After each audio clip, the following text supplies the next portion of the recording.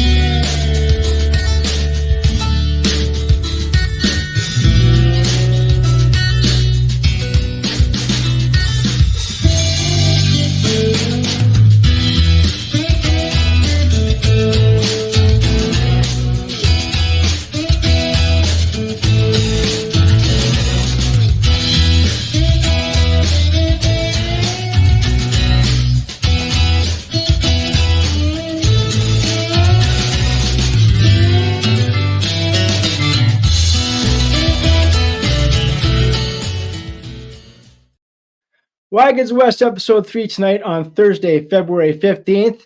Before we get started, I want to make mention that it is National Flag Day here in Canada. Now you can see behind me, I have this, we call it the Gooston flag or the PLA flag. Please leave me alone there.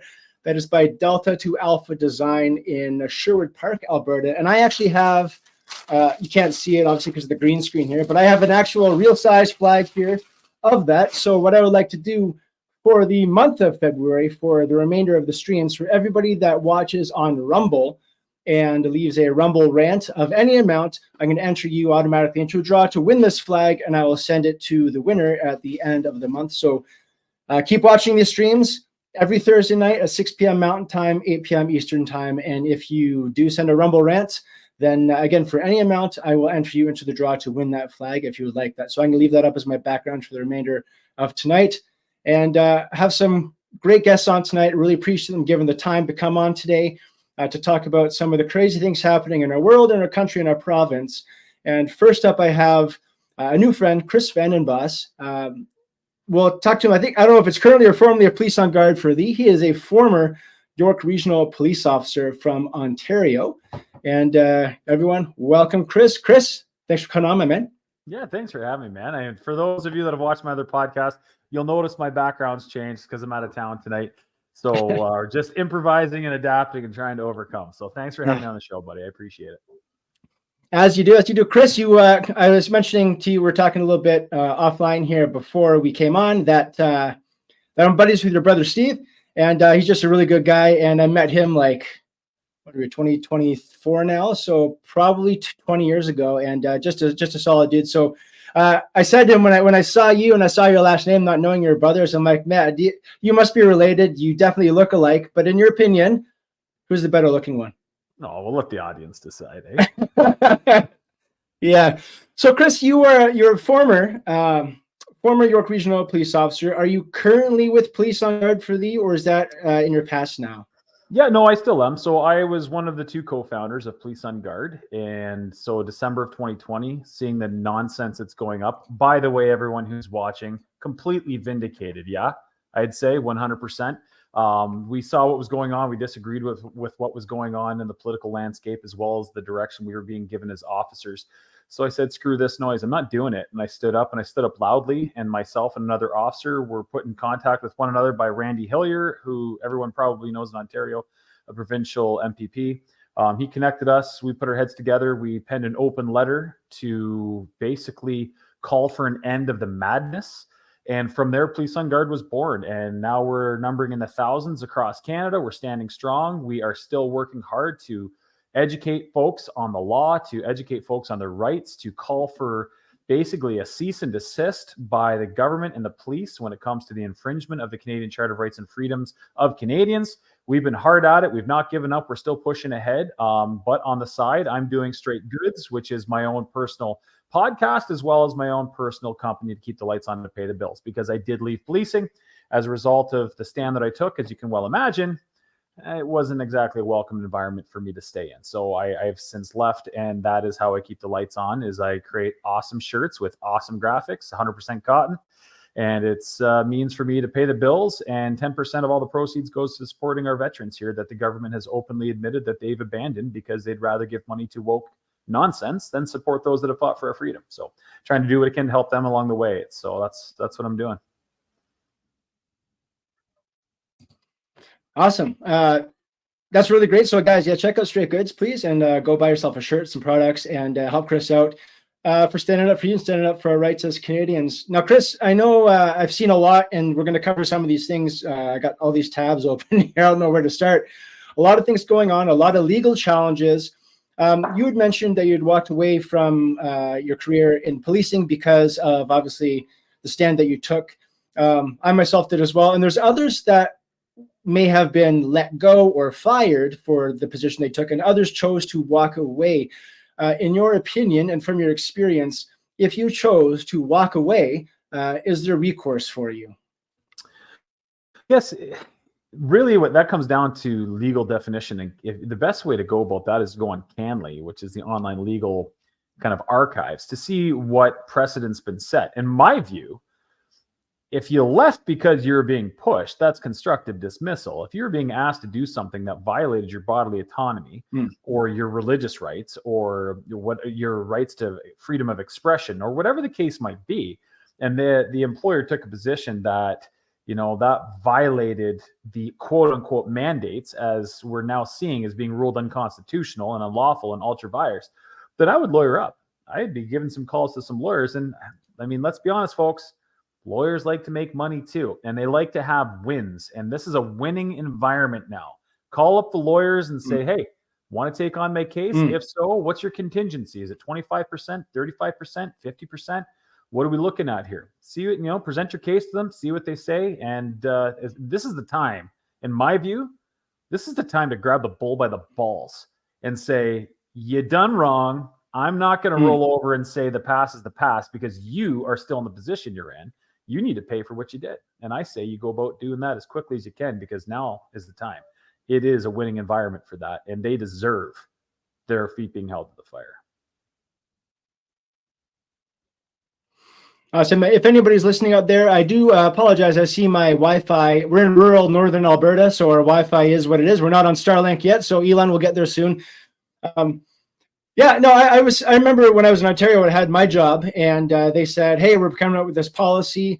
And the policy was you either get the snake bite. I'm not going to say the word because I still want to get this message out on YouTube. So you can get the snake bite. If you don't get bitten by the snake, then you have to, pay for your own tests to, you have to pay for your own tests or to get the snake bite, and that's your way. And so before they did that, while everything was shut down, I still worked basically for like almost like a full year and a half there, and then left. And I called some employment lawyers there, and I was told that, well, you basically stuck it out for that long, so that would suggest that you didn't have any problems with this. So do you have any opinions on that, or is it more just call your lawyers, see what they say? Well, I mean, every lawyer is going to have a different opinion. And, I have not gone to law school, haven't even gone to become a paralegal. So I can't really speculate other than to say my experience and the experience of those that I've seen. And for example, my one buddy, he left his job as a sergeant working as a detective, actually, which is a sergeant rank. And you want to talk about oppressive mandates. He had to leave in the middle of the night. And let's keep in mind, I want to put a little bit of backstory to this so people understand when they don't, sometimes revisionist history happens, right? And people forget the full on climate. There was a time in Canada where we honestly thought, those of us that did not get the single fang snake bite, that we were going to be quarantined. They had quarantine camps. They had hotels that they incarcerated people in and were feeding them barely 3 squares and not letting them leave their hotel rooms. And if they tried to leave, they were taken down by security. You had police checkpoints. You had police knocking on doors. You had the government saying, how long are we going to tolerate these people? We had people calling for the death of those that had not taken the single fang snake bite. And that led to employers either making a decision that we're going to make this a hospitable environment for people that are saying, I'm either not going to say whether I took it or outright say I haven't taken it. Or they said, we're going to fire you or report you. Or there was a whole host of things that they did. And my friend that I mentioned, he had to literally pack his house because of the climate we lived in and tried to get across the border while the mandates were still in place, and didn't mention it to anyone, and didn't resign until he knew he was safely across the border and free of Canada. Then he called up and emailed the employer and resigned from his position of $120,000 a year as a police officer, because he was fighting against the madness and nobody was listening. And he was being met with nothing but vitriol. And he was being met with nothing but ad hominem and being treated as if he was a leper. And now only to find out, not only is it not safe and effective, but they didn't actually have any scientific data or evidence to back up the mandate in the first place, or any of the mandates. So yeah, find a lawyer, contact the lawyer. We're now seeing the dust settle. So let's get some legal opinions here. Let's get some legal representation here.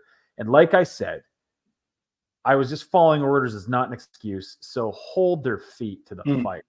Let's make sure this crap never happens again. We're going to get to some of this juicy stuff you're talking about. We'll get your insights, go through some articles here. Before we do, a friend of mine, you probably know the guy. Do you know Rob Primo up there in Ontario? Yeah. You know the guy. From my hometown. Yeah, okay. So let me just share the screen here. He put up a video today of a woman. Let me just read this before I put it up. It says, this video is 3 years ago from today when my protester in crime, Danielle, rolled the Niagara Regional Police up and smoked them. There's nothing like 8 police officers surrounding a disabled woman in a van for the crime of attending a public meeting. Don't ever forget this. So let me just share this video with you guys, and then we'll get some commentary. After that.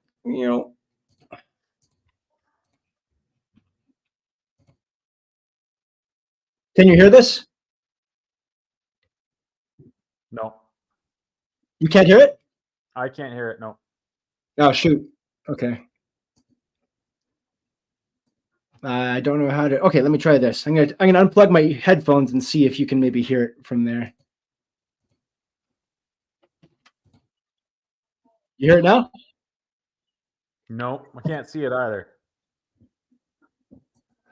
Well, that sucks. All right. Yeah. So essentially, I'll walk you through it then. Yeah. So they're here.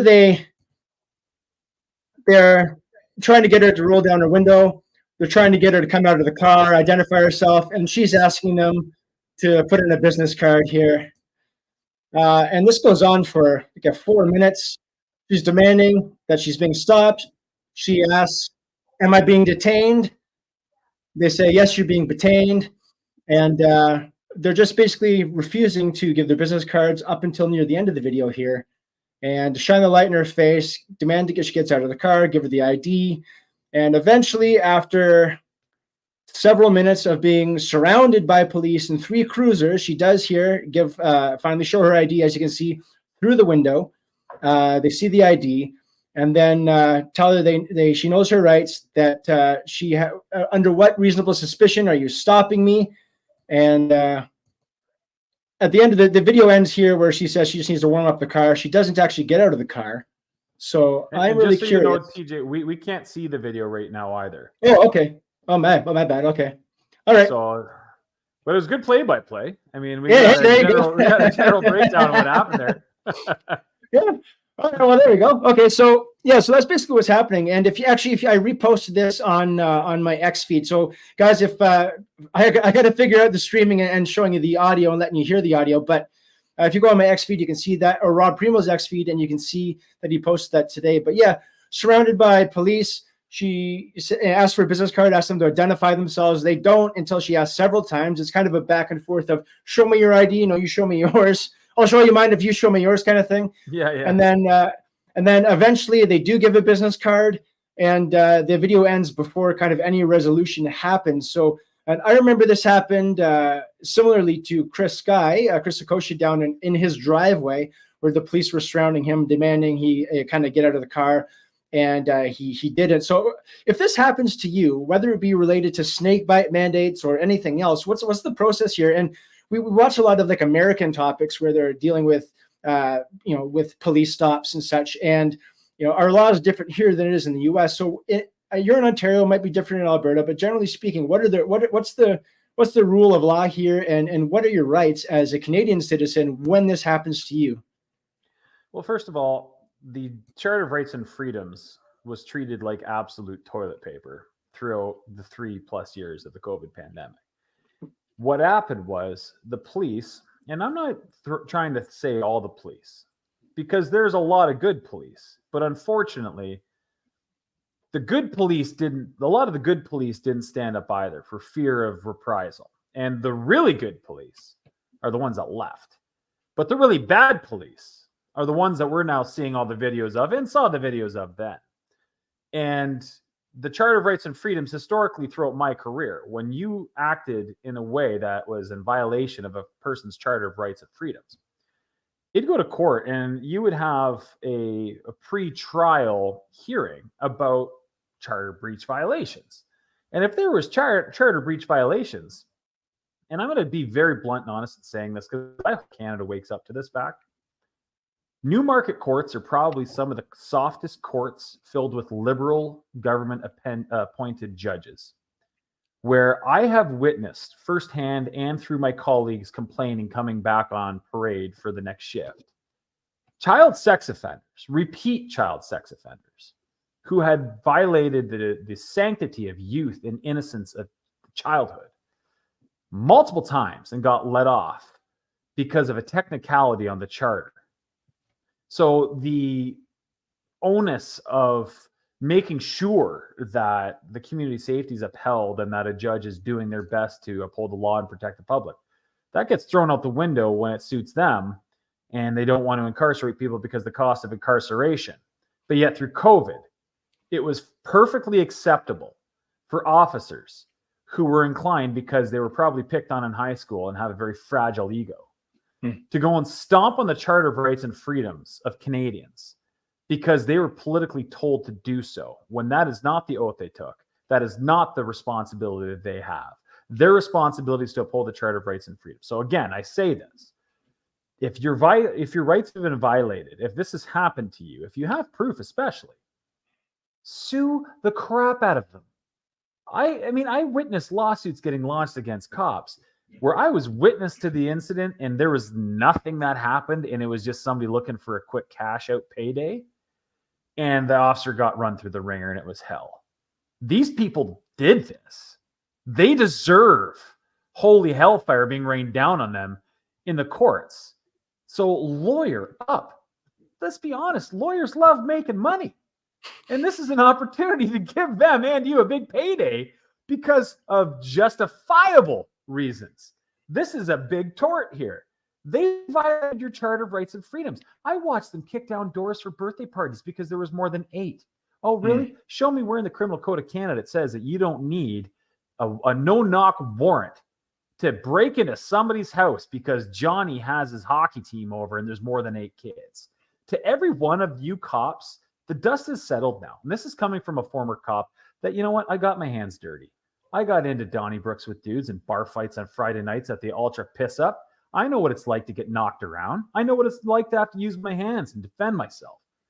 But I never did it to an innocent person. I never looked for Joe Lunchpail and Susie's soccer mom to kick around to feel big. I'm a big man, 6'4", 265. I can hold my own. And I'm not afraid of many people. So I didn't need to exert my power and authority over people.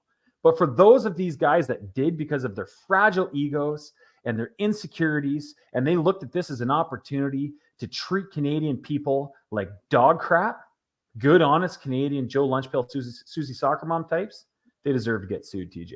And I hope the lawsuits start coming down big time because they deserve to lose their badge. I don't care. I'll say it. They deserve to lose their badge. Sorry, do we have trouble on Rumble here? We got some freezing up on Rumble.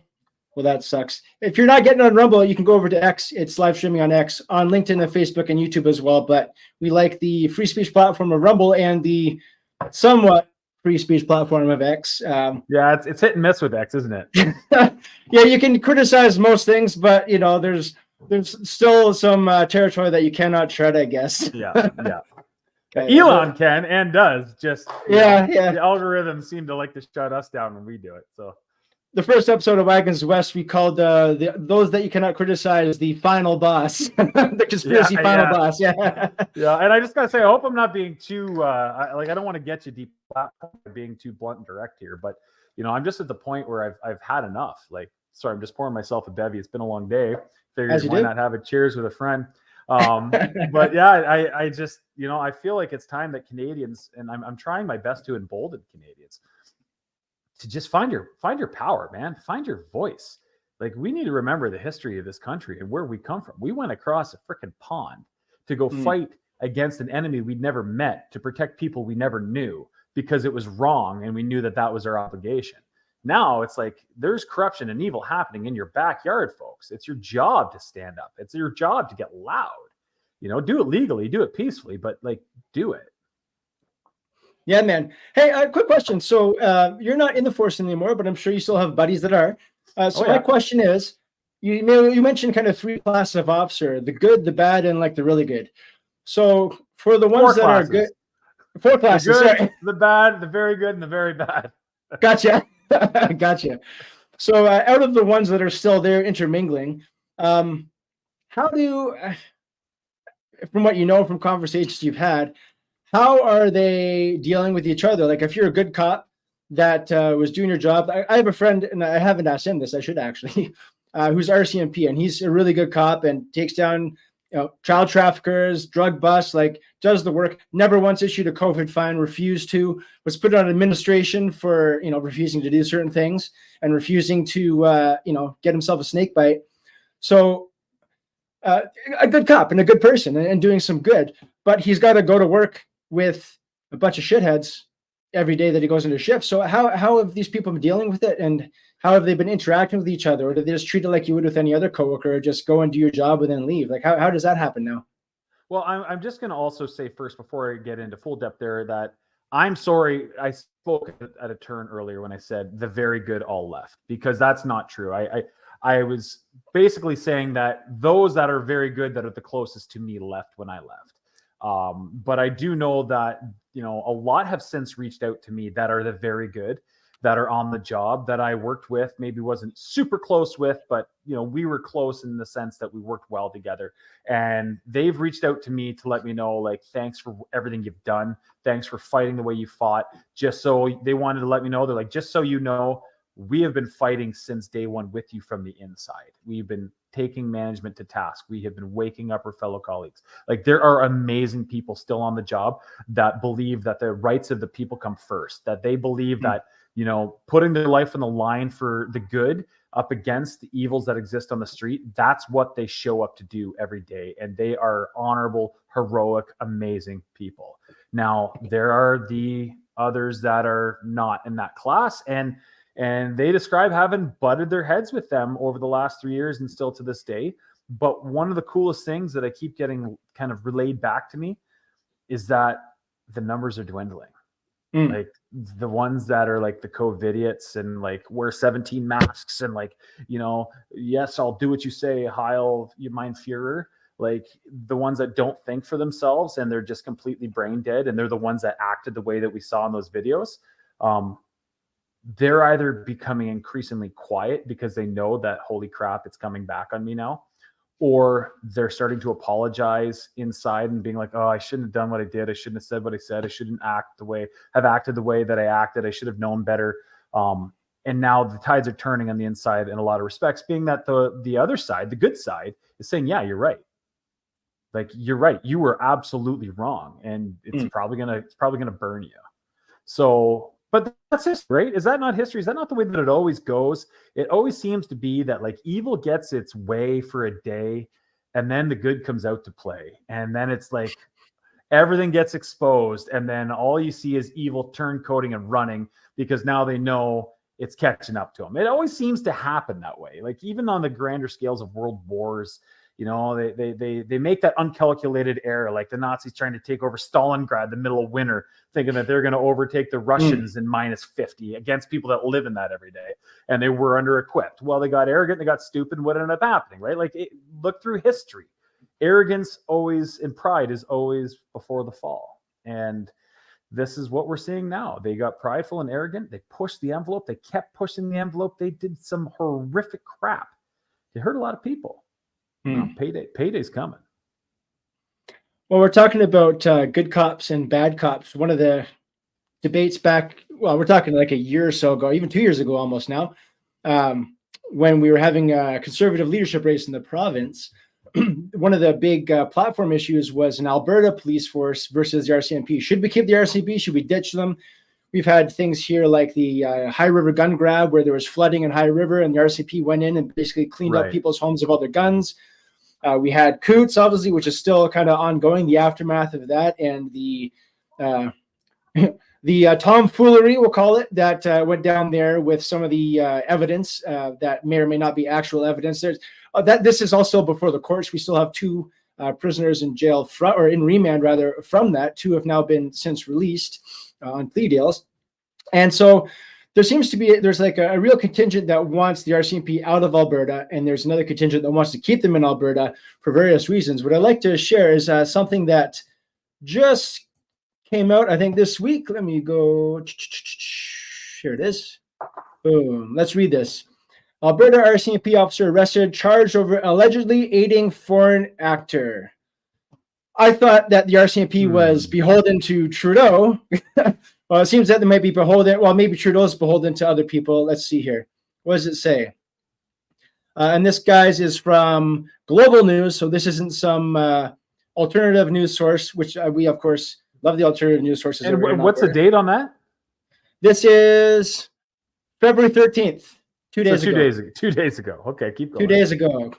An Alberta frontline RCMP officer has been arrested and charged in what the police force calls a national security investigation involving allegations of aiding a foreign actor. In a statement Tuesday, the force alleged the individual accessed non-top secret RCMP records in order to assist a foreign actor. And I don't think they're talking about like Simu Liu and Shang-Chi here in the Legend of the Five Rings foreign actor. I think they're talking about, some nefarious actor.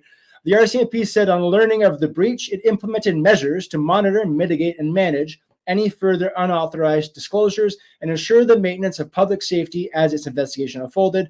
Constable Eli Ntaduje, obviously, I'm not pronouncing that right, Ntaduje of the Alberta RCMP, and correct me if I'm wrong, people out there, I think may have been a Calgary officer. Did I already cover this?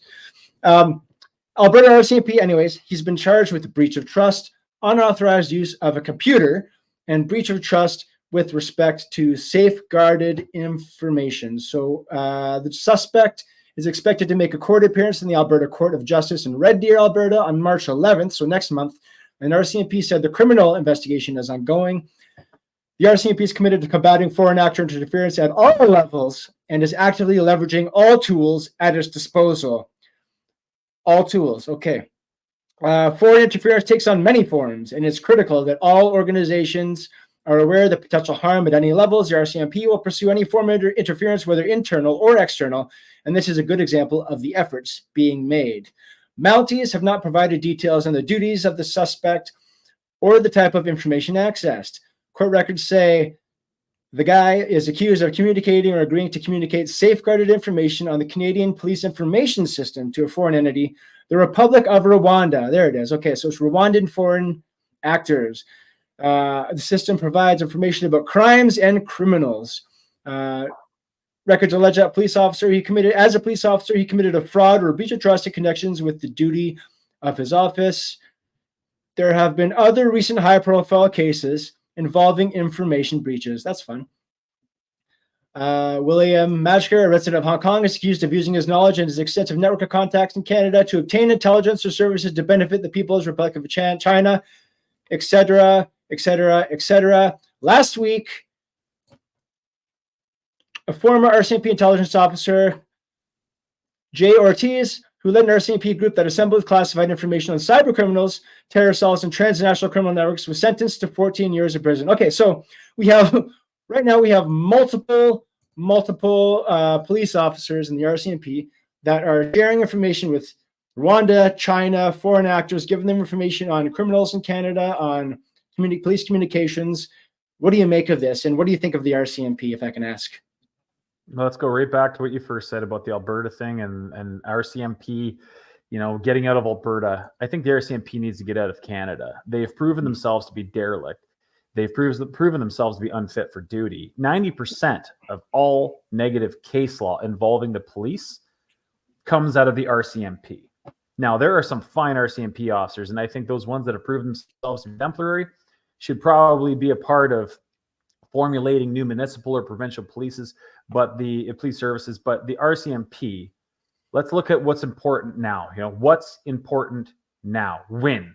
In policing, we use that moniker all the time. Win. What's important now? Win. What's important now? Well, what's important now is we have a government in place that has been involved in no less than 43 criminal corruption scandals. And the RCMP's mandate is to investigate political corruption. That's not up to the provincial polices. That's not police services. That's not up to the municipal police services. It is the mandate of the Royal Canadian Mounted Police, the Mounties, to investigate federal political corruption. And TJ, do you mind if I read you something here? Is that okay? Give her, yeah. Okay, I'm just going to read you right off the RCMP's website as it pertains to corruption. I did a video post on this today on Twitter, but I want this to go viral because Canada, demand better or it's not going to get better, okay? This is from their website. According to Canadian legislation, corruption is when a person in public office receives an undue reward to influence their behavior in office, contrary to the rules of honesty and integrity. In Canada, both domestic and foreign corruption are criminal offenses. Criminal or corrupt practices include embezzlement of funds, theft of corporate or public property, influence peddling, bribery, extortion, etc. Examples of corruption. Bribery comes in different forms and can involve sophisticated schemes. Examples include, I'm just going to get right into it with some examples. Hiring a public official's unqualified relative to get a contract. I don't know, maybe the We sponsorship scandal or the We scandal, where they were hiring Trudeau's family to speak and getting, in a sense, pay for play and contracts from the federal government. Another one is Katie Telford's husband's firm getting hired for an $85 million contract, who is involved in the Liberal Party's government. Okay, there's number one. Number two, paying a public official not to do their job. We see evidence of that in the last 43 scandals. Paying a public official not to do their job. Look at Brenda Lucki, okay, the most inept police officer Canada has ever seen, interfering in the Nova Scotia shooting scandal to benefit this government, okay? How many different investigations have the RCMP willfully and wantonly ignored doing because it would harm Sock Boy? Giving a public official extravagant gifts. I don't know, Aga Khan Island, the most recent trip to Jamaica. Making a large charitable donation linked to a public official. How about this? How about judges getting appointed to the bench by this federal government on the condition that they would go to Liberal Party fundraisers and make a donation? It's called pay for play. It's illegal. RCMP, if you're looking for a little bit of consultation, I'd be happy to consult with you on how to launch an actual criminal investigation so you could do your freaking jobs. Paying for the education of children for a public official, nothing's been brought up about education pertaining to this prime minister, other than maybe a non-disclosure agreement involving a student at some point in time while he was a teacher, but nothing since he's been a PM, so I guess that doesn't apply here. Diverting contracts, real or not, to an entity owned or linked to a public official, beneficial ownership, using agents or third parties to funnel bribes to public official. I mean, 43 plus scandals, and how many can we say out of the 43 plus apply to that right there? And how many times has the RCMP gotten engaged in doing an investigation, which is within their mandate, to make sure that the institution of Canadian politics is upheld to not be corrupted, because the RCMP is supposed to be that stopgap to maintain public trust in politics and the police, and they're not doing their job, and it would appear that they're willfully kowtowing to the corrupt politicians rather than doing their job of holding their feet to the fire to maintain credibility. We have a problem here, Canada. And the problem is the RCMP not doing the job.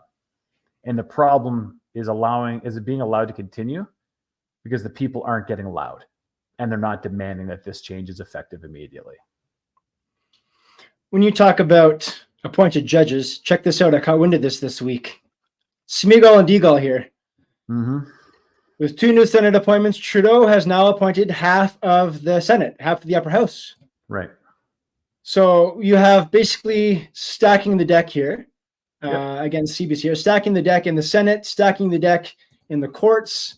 So when we're talking about suing people and trying to hold people to account, what do you think the legal landscape is? Because if all these people are beholden to their sockboy master, how do we, what do you see happening here, Chris? Well, I'm gonna say this anonymously.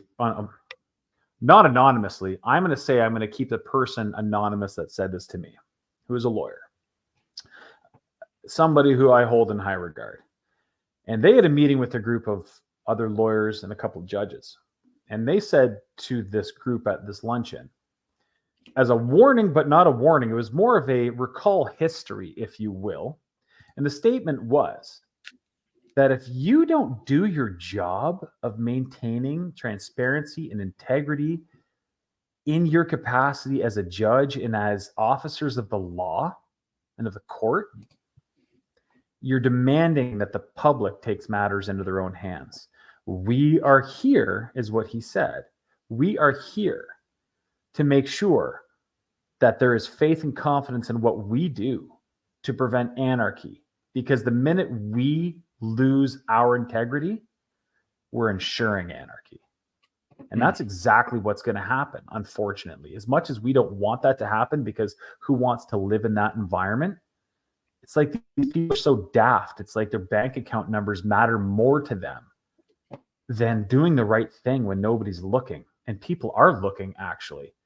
And they're getting pissed off.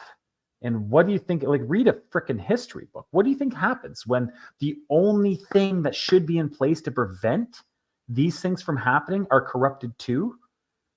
It's like you're asking the people to take matters into their own hands and encouraging vigilantism. Like, maybe that's what they want, though. Maybe, I don't know. I'm trying to wrap my head around it. Is that to you, TJ? Is that what it looks like to you? Does it look like they're trying to just poke the bear? Because it almost seems to me like that's what they're trying to do. They might be trying to poke the bear, and they might be trying to get somebody. That's always a growing concern. False flags, or whatever. It's a growing concern, or not even necessarily a false flag. Just creating the environment and the circumstances that would breed or that would cause someone to react in a way that might be unsavory, we'll say, and then use that as an excuse. Well, and you know what the best part is? There's an easy way to combat this, and I use this all the time. And I used this just 2 weeks ago, but in conversation with a friend of mine. I have friends that are on both sides of the political landscape, because I'm not conservative, I'm not liberal.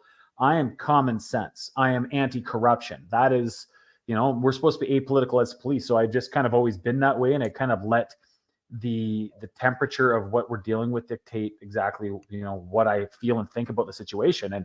And I was anti-Trudeau right from the get-go because he exemplified corruption right from day one. But anyway, conversation I had with a friend of mine who's a liberal, no longer a liberal, by the way, is very much so against the party because of Justin Trudeau and his corrupt, feckless piece of crap government that he has in place.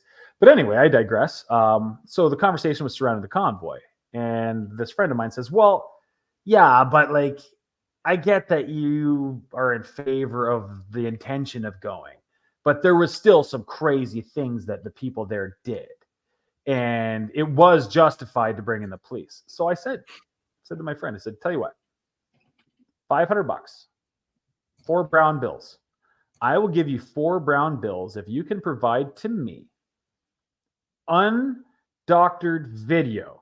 Because we live in an age where everything's videoed. There were storefronts everywhere. There was cell phones everywhere. Other than the Nazi flag and the Confederate flag that was just so happened to be captured by Trudeau's personal photographer by dudes in balaclavas, whereas nobody else at the convoy is wearing balaclavas. Everyone had their faces exposed, just so everyone's aware. If I can interject, at the hotel, by the way, where the RCMP were staying, just saying. Right, Chateau Laurier, where the RCMP was staying. Yeah, that if I were to be hired to do an investigation, I would have this whole thing sussed out rather quickly. But anyway, I said 4 brown bills. Provide me video evidence that shows that the people at the convoy engaged in nefarious and criminal activity as alleged by our government and by the media. I said, I'll give you a week. A week later, My friend comes back to me. It's like, I got nothing. I got nothing. I'm like, you know what? I knew you'd have nothing. And I was confident enough to double it to 1,000. But now that you know you have nothing, it's up to you to go and tell everybody else in your circles how much you've been gaslit. And that's exactly what's happening. He's getting back to me. He's like, I'm telling everybody, man. And like, I give the same challenge and no one's able to come back. It's only been a week, but so far, I mean, nothing's come back because you won't find anything. They lied to you, just like they lied to you about everything else. Yeah. Yeah. It's really hard to know what to trust. And these days, especially next week's episode, I'm going to be talking to an expert on AI, blockchain, Web3 technology.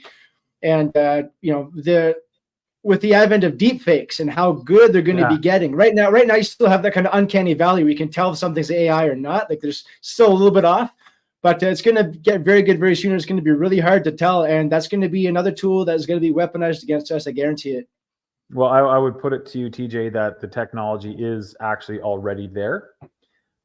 Just for civilian use, it is lagging, but for DoD purposes and for governmental purposes, that technology has been in place for a number of years already, and so good to the point that you likely would not be able to tell the difference. That's really scary. That's really scary, man. Yeah.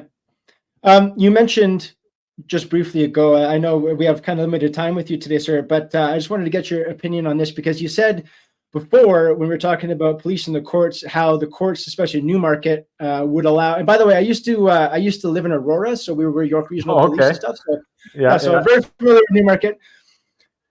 You said that basically child predators and sex offenders were kind of let off really easy. I wanted to show you something here. Now I guess we won't get the audio, but we will get the video. So just give me a second here to share this with you.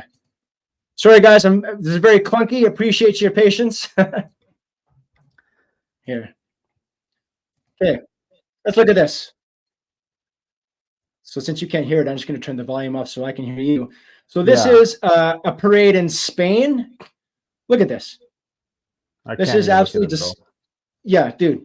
So I'll stop sharing that. You get the idea. So this was a post from Gays Against Groomers here on X.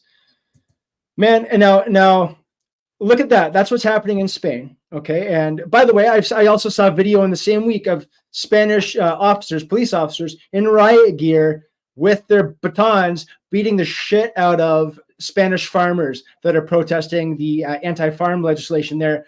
So there's a war on farmers. The police are literally beating them with sticks, but they're letting this happen right in the streets. And that's absolutely disgusting. But it's right here, oh, dude, yeah, listen, I'm going to show you this. We have corrupt federal organizations. We're not just talking about the RCMP here. Check this out. Boom, right here. CSIS admits to monitor. So CSIS, for anyone that doesn't know, is our Canadian Security and Intelligence Service. So that's our version of CIA, basically. Canada likes 4-letter agencies, where the US does 3 letters. CSIS admits to monitoring parental rights activists and compares them to neo-Nazis. I'm going to give this a quick read, brother. Canada's top intelligence agency admitted it is closely monitoring the activities of activists and groups associated with the parents' rights movement, particularly those opposing radical gender ideology. So if we're opposed to what they say is a radical gender ideology, I don't know what the agenda is here. Recent reports from CBC shed light on a document from the Integrated Terrorism Assessment Center responsible for preventing terrorist activities in Canada. The report lumped together the freedom movement with extremist groups like neo-Nazis and QAnon. Anti-alphabet soup narratives remain a common theme in violent rhetoric espoused by white nationalists, neo-Nazis, the freedom movement, and networks such as Diagolon and QAnon, the report leads. By the way, anyone that doesn't know about Diagolon, check out hategate.ca. You'll learn all about it, hategate.ca. And when you read the Hategate, guys, you'll see my name in there because I was also surveilled and tagged in that because I interviewed Jeremy. And anyway, we'll get into that in another podcast. That's a long one. So. Despite the focus on monitoring such rhetoric, there was no mention in the report by CSIS regarding the violence often faced by those protesting against gender ideology. By the way, this is from True North Center. So True North Center is, I would say, a conservative news outlet. I don't know whether to call them independent anymore, but definitely a conservative news outlet. Instances of physical attacks and intimidation against parents' choice protests have been documented, including an incident involving teenage activist Josh Alexander in Calgary. Okay, now I want to just shut this down, and I want to share this because this is just absolutely the pot calling the kettle black. Check this out. This is from 2017. I used to have a friend. Well, I don't used to have. I still have a friend. He used to work for CSIS. He served as a counterintelligence officer in CSIS for 8 years. He worked in the Muslim community because he's a Lebanese background. And his friend that worked for CSIS with him was a gay man. And they filed a lot. And by the way, they settled. So I don't know what the settlement offer was, but it was a $35 million lawsuit because of discrimination and bullying and racism, I guess it would have been homophobia in actual CSIS. So CSIS is like, hey, we're going to monitor and closely watch and devote our resources to these parents' rights movements, people that just want to protect the children. Meanwhile, back at CSIS, look what's happening here. Right. It's absolutely nuts. Well, it's beyond nuts. And we need to identify the elephant in the room here. The government has taken away mandatory minimum sentencing for child sex offenders.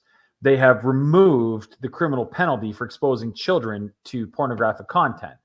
We have 50,000 kids a year go missing in Canada. And that is the highest rate per capita, given that our population is between 40 and 50 million.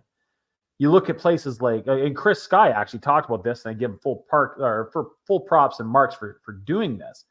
He highlights it. Mexico has triple the population and less children go missing. We have a real, and one of the greatest, I'm just going to say this as well, one of the greatest investigators that I ever worked with York Regional Police is the current chief of police in London, Ontario. His name's Ty Trump, and great human trafficking investigator. Worked his butt off. Nobody works harder, and nobody's a more noble cop with integrity than Ty Trump. And he's now the chief of police of London.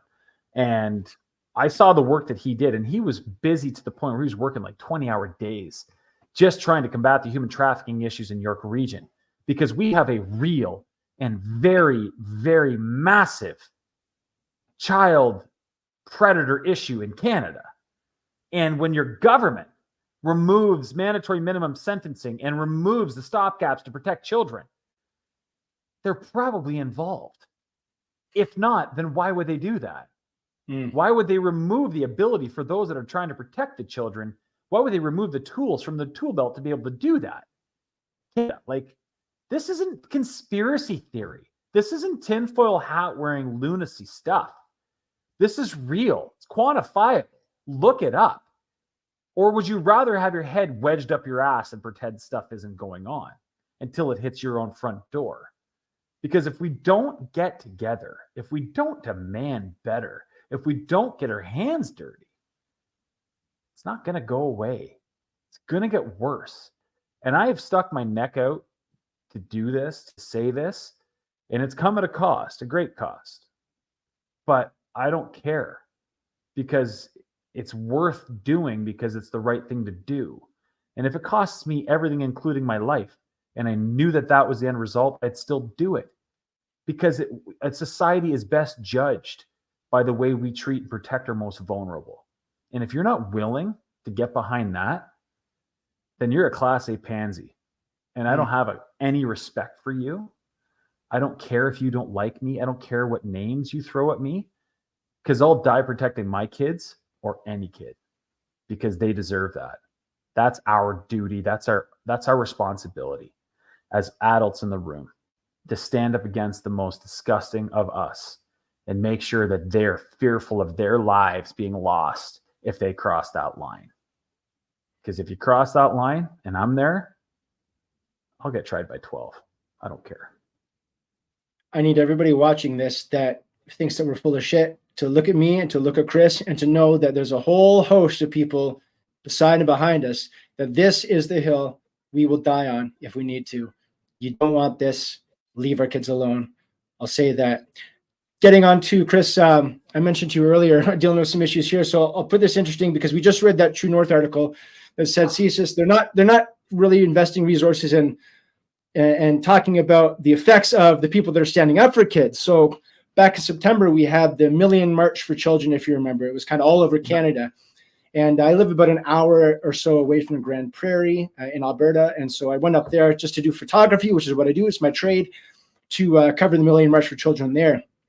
And as a result, I've been dealing with some online harassment and stuff there. And then it came to real world harassment. We had a protest after Danielle Smith has released her kind of parents' rights bill about banning sex change surgeries for kids and such, and hormones and puberty blockers and pornographic curriculum, essentially. Like, she's basically taken a step to protect children, and she's kicked the hornet's nest. And they've come out, and we had a protest in my small town of Valley View here, where one of the ladies on the other side of things, that was, her name's Susan Thompson, by the way, so I'll just say that. That is one of the activists on the other side, came to my town and put this poster up all over town. So I don't care if they call me a Fed or a rat, or I'm paid by the government to get information on them, all untrue, but that I stalk and harass. We found these posters. This is an ongoing investigation right now with RCMP.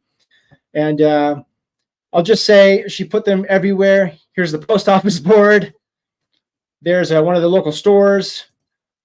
And there's our local grocery store. But if you look at the top right, what do you see here? It is a security camera. And I won't go to the trouble of playing the security camera footage, but we have the CCTV footage. So they're coming after us. And but one thing I'll say, I was talking with my friend and colleague the other day. We were actually talking about tactical driving. We were talking about the ramming maneuver to get rammed through cars, and how airbags, this does relate, I promise. The airbags are triggered by deceleration, not by impact, but by deceleration. So obviously you have to aim for the vehicle you want to ram through appropriately, like in front of the wheel well, whatnot. But you actually, just before you hit, you slam the brake, and then you jam on the accelerator again. So when you actually make impact, you're accelerating through. It's acceleration that gets you through. And he mentioned that when it comes to flying a plane, there's something called V1 and V2. There's like the different forces here. And once you hit a certain velocity, you can't stop or you're going off the runway. No matter what happens at that point, you got to get that thing airborne. So the answer in all of these things is to accelerate. It's to accelerate. It's not just to keep doing what you're doing. They're trying to scare you. They're trying to intimidate you. They try to do whatever. The answer isn't keep doing it. The answer is accelerate. Double down, double your efforts, make it happen, and you will win the day. You will, because I talk to parents all the time. Like I said, doing this for 3.5 years. Speaking for freedom, speaking common sense, speaking against corruption, speaking for the common folk. And I have friends that are married to same-sex partners that have their kids pulled from the school systems because of the ideologies being taught at school, and they don't want their children subjected to highly sexualized content. Okay. The Gays Against Groomers crowd actually outnumbers the opposite side within that community. The reality is that most people want your children to be left alone, and they will go to any length to try to cancel you. Don't let cancel culture scare you. There's plenty of people that have been subjected to cancel culture and found themselves in much better financial positions because of people supporting them due to their courage and integrity and strength. So don't let that fear take you over. Stand up, speak up, and stand proud and loud, and stand for common sense, stand for your children. And who cares if I call them libremists, because there's center, then there's right, then there's left, then there's extreme right, there's extreme left. And the extreme left, I categorize as being libremists. They are now the small fringe minority, by the way. They represent the smallest demographic out of the whole group. But they're the loudest. They're the loudest voices coming from the cheapest seats. So like you said, putting your foot on the gas pedal, man, and just powering through it, do it. Do it. Don't let them scare you. Are you going to let somebody scare you out of protecting your kids? I know I'm not. Fuck no. Absolutely not. Like I said, the hill I'll die on. Yeah, that's it, man. On that note, so related to, the group related to the poster I just showed you, one of the, I'll call it a factions. I'm not going to name the person, but it's a resident of my town. I made a presentation to our town council, trying to encourage, under the guise of inclusivity, anti-racism, anti-hate, obviously exact opposite of what it actually is. But he made a presentation to the council to join on to something called the Coalition of Inclusive Municipalities, for which there are many municipalities in Alberta already signed on to this. It's a UNESCO initiative. And, this is how they're trying to kind of sneak in the back door, and they're always going to push. So I just want to share, if you guys don't mind, a letter I wrote to my town council. And that is, and I'm doing this because it's been spreading out there. And I just want to encourage other people to look into your town.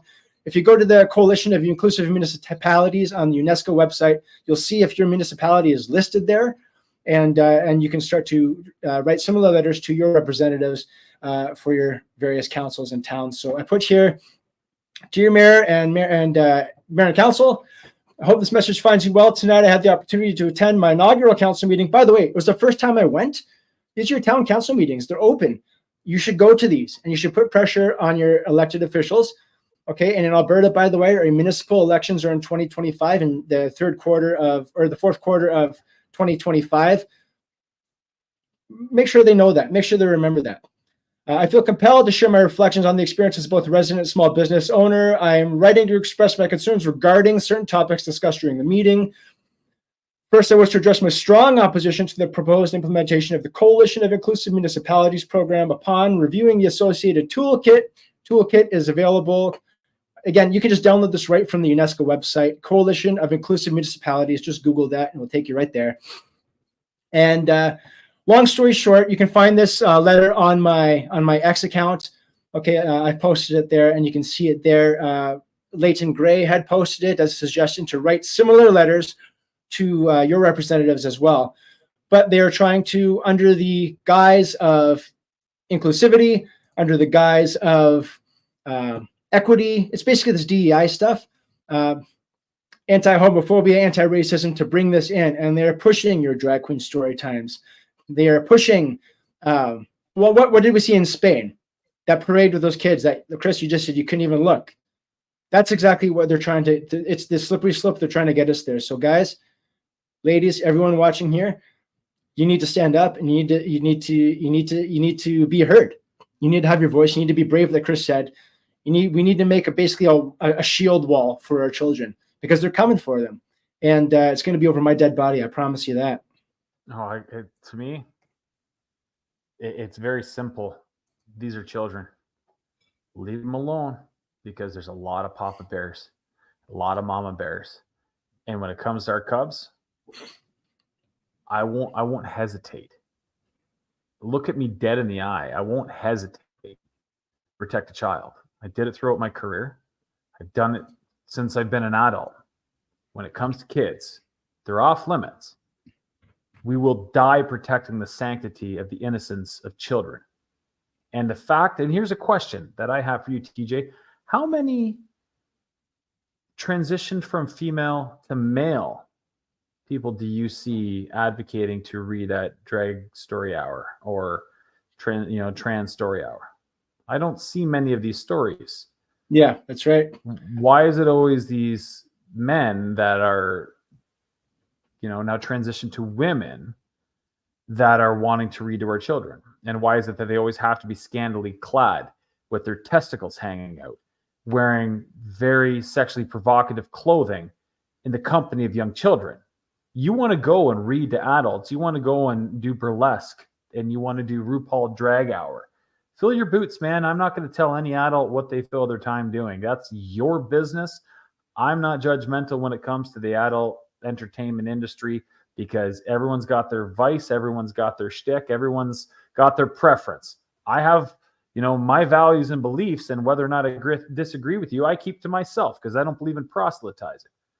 I don't think it's necessary for me to point a finger at you. But when it comes to children, and you want to now engage in a behavior and an activity that's going to expose them to content that is highly inappropriate, provocative, and downright depraved, I'm coming at you. I'm going to oppose you. I'm going to stand between you and that child. And if you think you're going to get through me, you better have brought more than one person, because that child is not going to be subjected to it as long as I'm there. And I wish more Canadians, and I think maybe that's going to change. I think more Canadians are starting to get to that point. Like I said, I mean, from the gay community that I'm connected with that are just absolutely disgusted by this. And there are quite a few that I keep close contact with because I'm friends with them, and they think it's abhorrent. And you have people that are on both sides of the political landscape that are like, this has gone too far. What is going on? They've poked the bear. They've poked the bear. And you know what? Bear's got big claws, big fangs.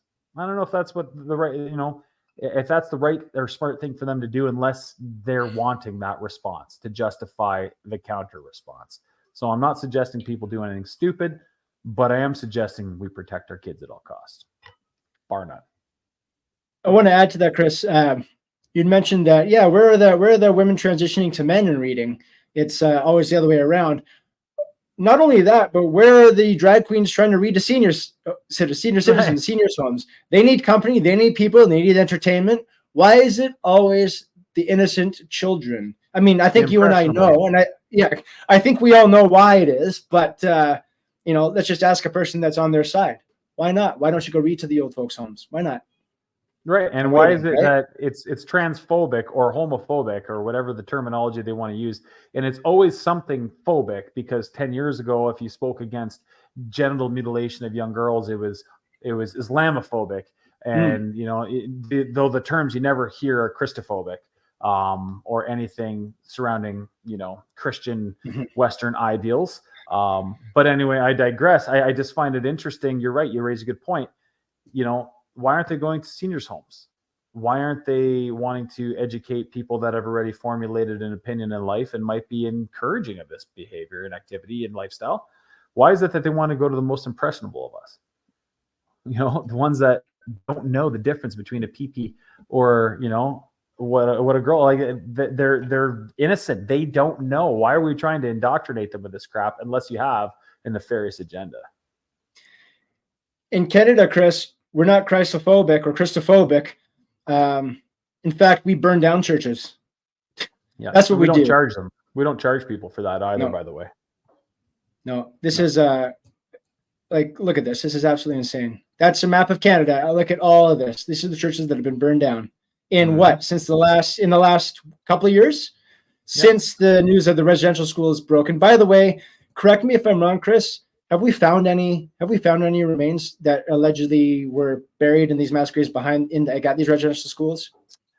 No, I think that it's about as hard to find as an RCMP officer willing to do an investigation into political corruption. I think that's a fair statement. Chris, I know you have children you have to tend to. I want to thank you for coming on. Guys, I want to draw your attention to this website here, straightgoods.com, STR8 GUDZ.com, to go check out Chris's goods. Please check out Chris's goods. That's not Chris's goods, but Chris's goods. Go check him out. Give him some support. Appreciate you, Chris. I appreciate you standing up. I appreciate you being a voice, and I appreciate you. I just appreciate you. I appreciate you too, man. I appreciate you having me on, and to all of your listeners and followers, thanks for having me on, giving me the opportunity. I mean, it's been a long road, like I said, and at times it's given me a lot of fatigue and made me weary to be in this fight for this long. But any support that you can give me goes a long way. And like I said, 10% goes to helping our veterans, and our t-shirts are 100% cotton. None of our products are sourced from communist countries, because we believe in supporting freedom. So thanks again for having me. Thanks for your support. And let's do this again, man. I appreciate you. You got that, brother. You have a good night, eh? Yeah, you too. God bless. Cheers. Wow. That was absolutely great. Let me just take that. No, I'm going to leave this website up here there so you guys can check it out. And let's let him exit here. Boom. There we go. Okay, so straightgoods.com. Check out Chris's stuff there. Also, just a reminder, as I bring this big flag up behind me, I have an actual full-size flag there. It's in a little baggie. I'm going to mail this to one lucky contestant who is or one lucky viewer rather, who is watching on Rumble and who decides to send a Rumble rant. Rumble rants, for those of you that don't know, I'm new to Rumble, so I'm just learning all this too, is basically equivalent to a YouTube super chat. I went over to Rumble because my last episode of Wagons West got removed from, or not my last episode, it was a couple episodes ago, it was my first episode, the inaugural episode, got removed from YouTube for medical misinformation, for saying mean things about the snake bite. And so we don't want to say that. We don't want to upset the YouTube overlords. And so just guys, if you're watching me on YouTube, if I'm by this video still up there, please do come on over to Rumble. Come on over to Rumble and support a small, growing free speech platform. And I really encourage you to do that. If X, or the dead name of X being Twitter, if that's your poison, please do come and watch on X as well. I just wanted to touch on a couple of things here. Chris had mentioned that the tides are changing, that now is the time to win. Now is the time to grab the bull by the balls, to put in his words. And he is absolutely correct. Where are we here? And not just in Canada. Check this out. I remember watching when COVID kind of lockdowns were first coming. I remember sitting at the table with my parents in Ontario, and we were looking at what was happening in Australia, and they were setting up basically like checkpoints in between provinces. And I remember my parents, saying, "Oh, that'll never happen here." And my parents are sweet people. I love them to absolute death, but it absolutely did come and happen here. They didn't actually set interprovincial checkpoints. This is true. No, actually, I believe they did, because actually when my family and I in October of 2021 were driving across to Alberta from Ontario, they did say you had to kind of report if you come into the province. It wasn't really a manned checkpoint, but you're supposed to report. And of course, we never did. But check out what's happening in Australia, where I think it was like the worst of the worst. South Australian court rules employers who mandated COVID jabs. Oh, sorry.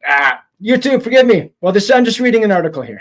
South Australian court rules employers who mandated snake bites can be held liable for snake bite injuries. Imagine that. Youth support worker Daniel Shepard experienced adverse events following his first 2 rattlesnake bites and was unwilling to take the risk of a further bite. But he was told by his supervisor that he must receive a 3rd bite within 4 months of his second as a condition of his employment. Does this sound familiar to anybody of you? Put in the comments below if this sounds familiar to you. I'm sure it does. Let's dig in here. The South Australian Employment Tribunal has found that employers who mandated their staff to take the snake bites can be held liable for injuries caused. The ruling implies that employers will no longer be able to claim that they are protected from compensation because they were complying with a lawful state government directive. Big Daddy told me I had to do it. I was just doing my job, as our friend Jeremy McKenzie would say. Youth support worker Daniel Shepard won an appeal against the state of South Australia after it had rejected his claim for compensation following a diagnosis of snakebite-induced pericarditis, a heart condition which he contracted from a 3rd dose of the snakebite. Reception of the snakebite had been mandated by his employer, the Department of Child Protection. Wow. This is a long article. I'm not going to, well, actually it's not that long. Let's read it all. The DCP, Department of Child Protection, admitted that the snakebite caused the pericarditis, but said that the bite did not arise from employment, but from a lawful state government snakebite directive. The DCP argued that the government was at fault. It's like the Spider-Man meme, right? We had that in Alberta too. We had the government pointing at the chief medical officer. We had the chief medical officer pointing at the government. They're all pointing at Trudeau. Trudeau's pointing at the businesses. The businesses are pointing at the government. It's nobody's fault. It's nobody's fault. Nothing happened. It's nobody's fault. No one is to blame.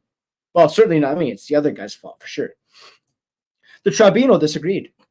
It found that the injury arose as a result both of the government's snakebite mandate and the applicant's employment. Both are at fault. Listen to this. Both are at fault. And I know an individual close to me who had a personal injury lawsuit, and at least how it works in Ontario at the time was basically you sue everybody and see what sticks. You sue the people immediately involved. You sue the manufacturer of whatever it was that injured you. You sue the employer. You sue the government, but you sue everybody. And eventually a bunch of them kind of get shaken out of the case, and you have kind of one or more entities that are left. but you just throw it at them all and see what sticks. And if there's a lawyer out there, legal expert, you can correct me if I'm wrong on that, but that's how it worked in personal injury law there in Ontario.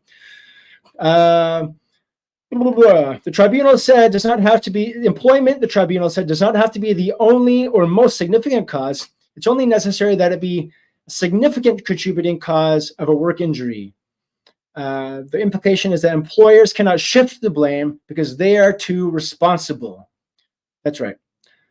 Shepard is incapacitated, unable to conduct normal duties. It is a story tragically common in Australian workforce, which is subjected to punishing snakebite mandates that force many reluctant workers to choose between their health and their livelihood.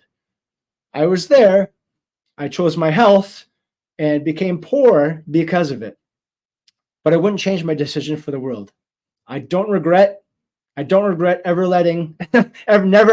not letting a snake bite me, never letting the snake bite get to me or my family. I'll protect them with my life. It is crazy. Shepard experienced adverse events following his first two snake bites and was unwilling to take the risk of a further bite, but he was told by a supervisor that he must receive a third bite within 4 months of his second as a condition of his employment. He complied, but a day later, within 24 hours, began to experience severe chest pains. Snake bites will do that to you. For 2 weeks, the pains got worse till eventually they became unbearable. He likened it to someone kneeling on his chest. Ultimately, he was taken by ambulance to the Ashford Hospital cardiac unit, where cardiologists told him that he had pericarditis, probably related to his third snake bite. Comes as no surprise that employers have been exposed to legal risks. State governments passed off enforcement of the mandates to managers and workplaces. Yeah, make it the companies, a private company, we can't do anything about that. It's their fault. Threatening them with harsh financial penalties if they did not comply. This had the effect of dividing the workplace into those who were willing to comply with the snake bites, which had since been shown to be dangerous and ineffective. Not safe and effective snake bites. These snake bites are dangerous and ineffective. To those who were punished or fired for wanting to make their own health decisions. Imagine that.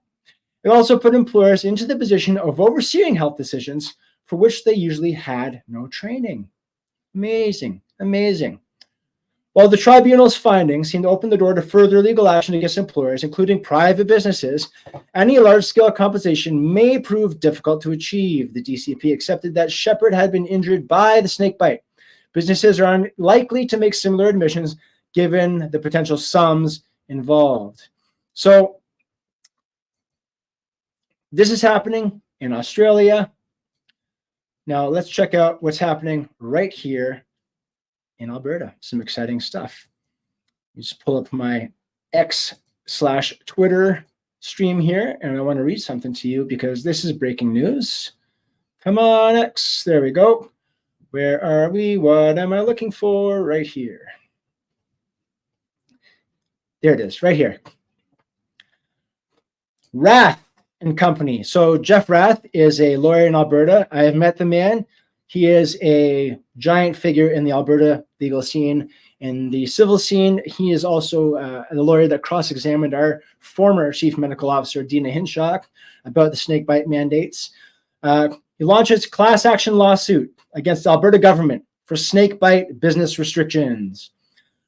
Rath and Company has launched a class action lawsuit. By the way, guys, for anyone wondering, this was February 8th. So we're talking just a week ago that this was announced. Rath and Company has launched a class action lawsuit against the province of Alberta on behalf of business owners in Alberta who face operational restrictions due to now deemed illegal public health orders.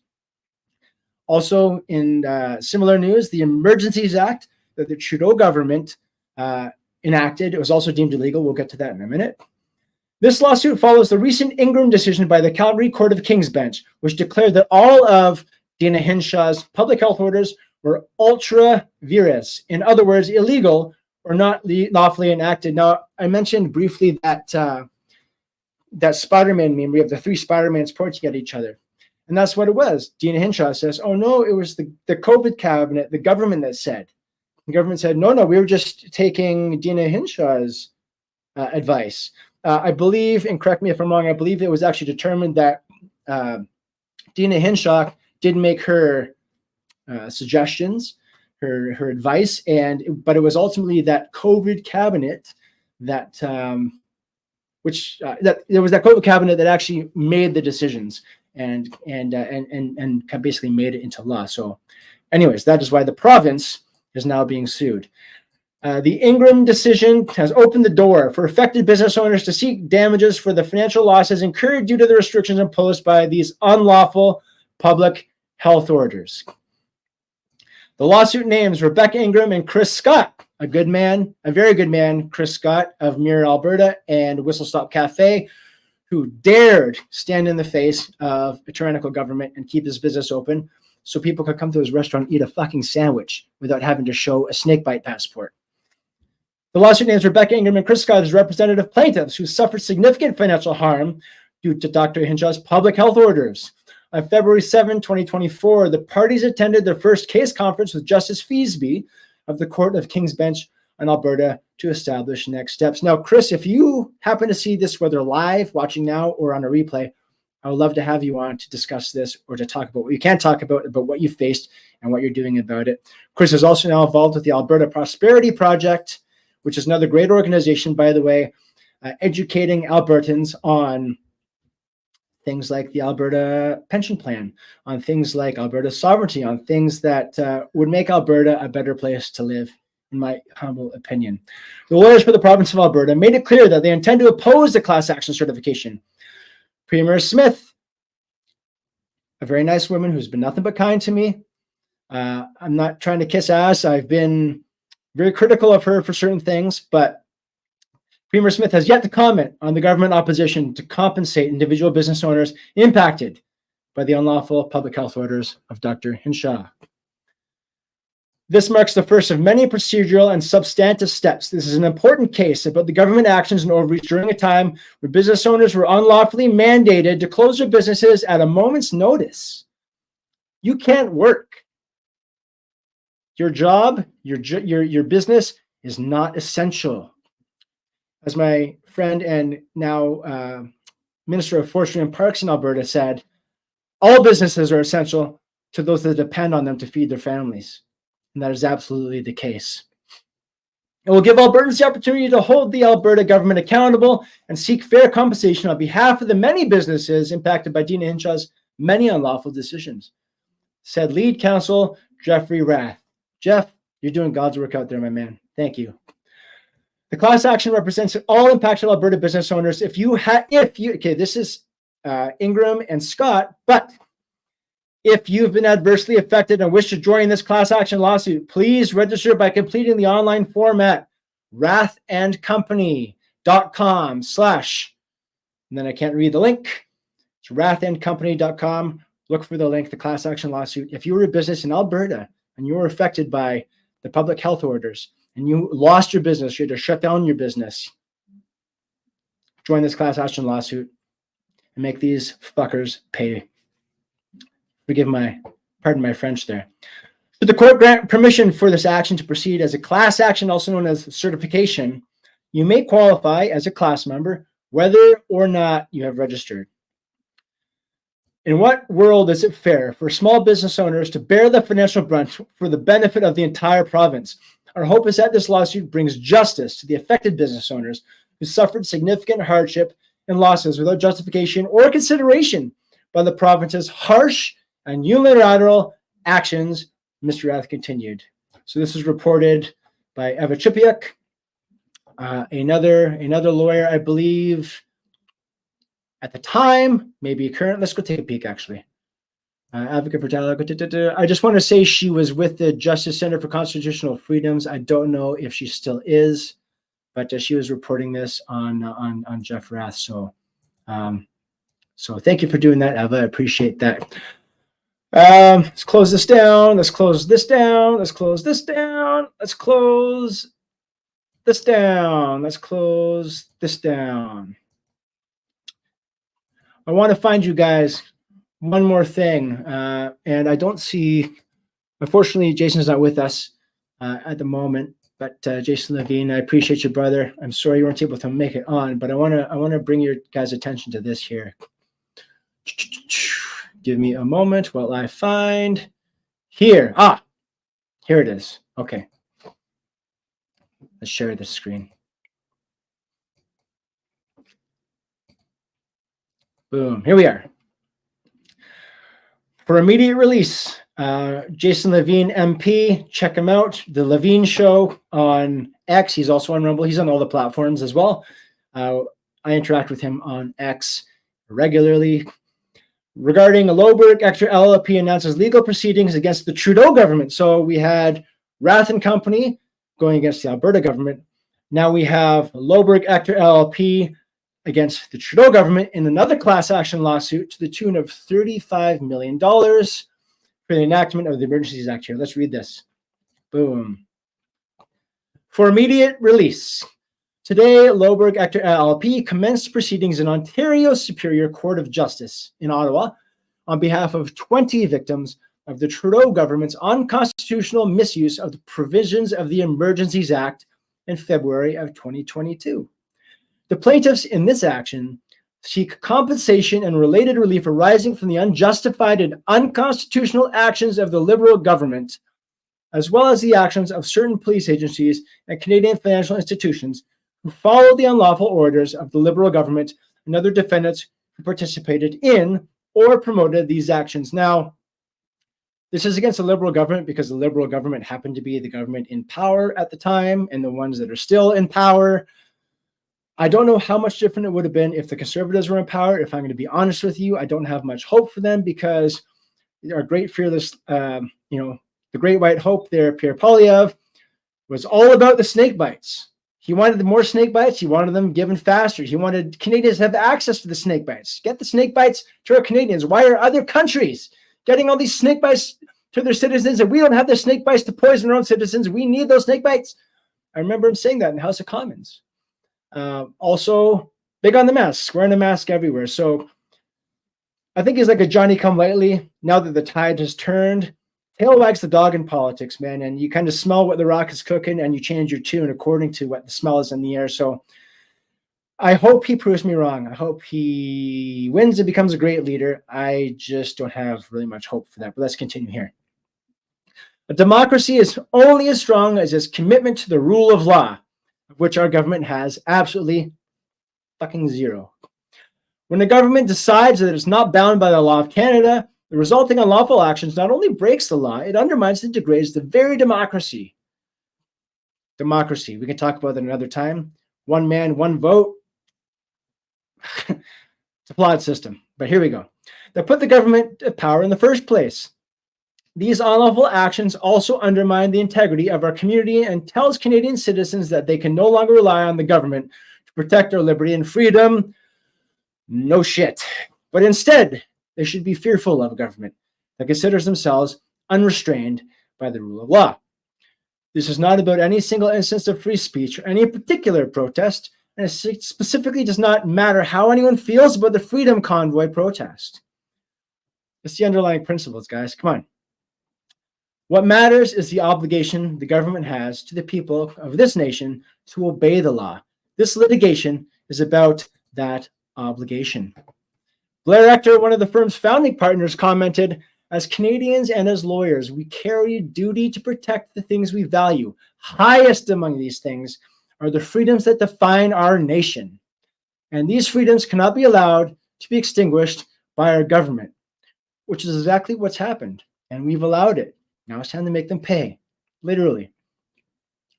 These freedoms cannot be allowed to be extinguished by government. John Diefenbaker said it well with his famous quote, "I am a Canadian, free to speak without fear, free to worship in my own way, free to stand for what I think right, free to oppose what I believe wrong." This is what Chris and I were talking about today, all during this live stream, during this podcast. Free to stand up against what you think is wrong. And don't you dare back down, because if you give an inch, they'll take a mile, okay? Mark my words on that. Or free to choose those who shall govern my country. This heritage of freedom I pledge to uphold for myself and all mankind. This is a wonderful thing to read on National Flag Day, by the way. These are values my firm, Blair Ector's firm, will fight to protect. And you know what? I really hope they win. I really hope they win. In other news, by the way, recently, Danielle Smith in Alberta did announce that, sorry, let me take that down. Danielle Smith did announce that now electronic voting machines will be banned in Alberta. We're going to good old pen and paper the way it should be, counted by humans, checked by humans, to reduce the chances of someone cheating. We do have to worry about mail-in ballots. Mail-in ballots are also a thing. I have a person, a friend of mine, in a Telegram group I'm in, that said that in the last federal election, she went to go to the polling station to vote. And she was told that she had already voted. And she said, I most certainly have not voted. And so they allowed her to vote again by showing her ID and stuff. But my question is, and the same question asked here by my friend in this group, who was that other person that voted for her? And who did they vote for? So we need to do what we can to uphold our election integrity, because right now we are in what I would say, not quite zero trust society, but in a very, very low trust society and rapidly approaching zero. We're in a nosedive. And we need to restore our faith in the system, or just or the system will be destroyed. Destroy the system or restore trust in it. I don't know which way we're going to go. 2024 is definitely going to be an interesting year. We have a US election. 2025, we have a Canadian federal election. 2025 in Alberta, we have our municipal elections. So guys, the best thing I can say right now, whether it be the mandates we talk about, whether it be protecting children against a radical gender ideology, whatever it is you're going to stand for, man, you got to get involved. You got to get involved. I hear a lot of people say that there's no political solution. And I think when it comes to Justin Trudeau or Pierre Poilievre or Maxime Bernier, as good as I think Max is, I don't think the answer is a leader at the top. We always try to snipe at the top and replace the guy at the top and it'll all change. No. The whole system is corrupt and it has to be gutted. It has to be gutted. And you got to do that from the bottom up. Get involved in your library boards. Get involved in your school boards. Get involved in your municipal councils. Go to your town council meetings. They're open for you to do so. Okay? The future belongs to those that show up for it. And if you don't get involved, the bad people will. And they'll get their way. It was just unbelievable to me. I sat at my town council meeting. My local town has 6 councillors and a mayor. And a lot of them, very wonderful people. I'm not knocking them at all. They're great people. A lot of them are. And it's one of the reasons I love this town so much, is because these people care. But they put a vote around the table, yay or nay. And 4 out of the 7 votes there, a motion passes or it doesn't. You have a whole town. Their lives are being decided, essentially, by 7 people, by 4 votes. 4 votes decides the course and direction the town goes.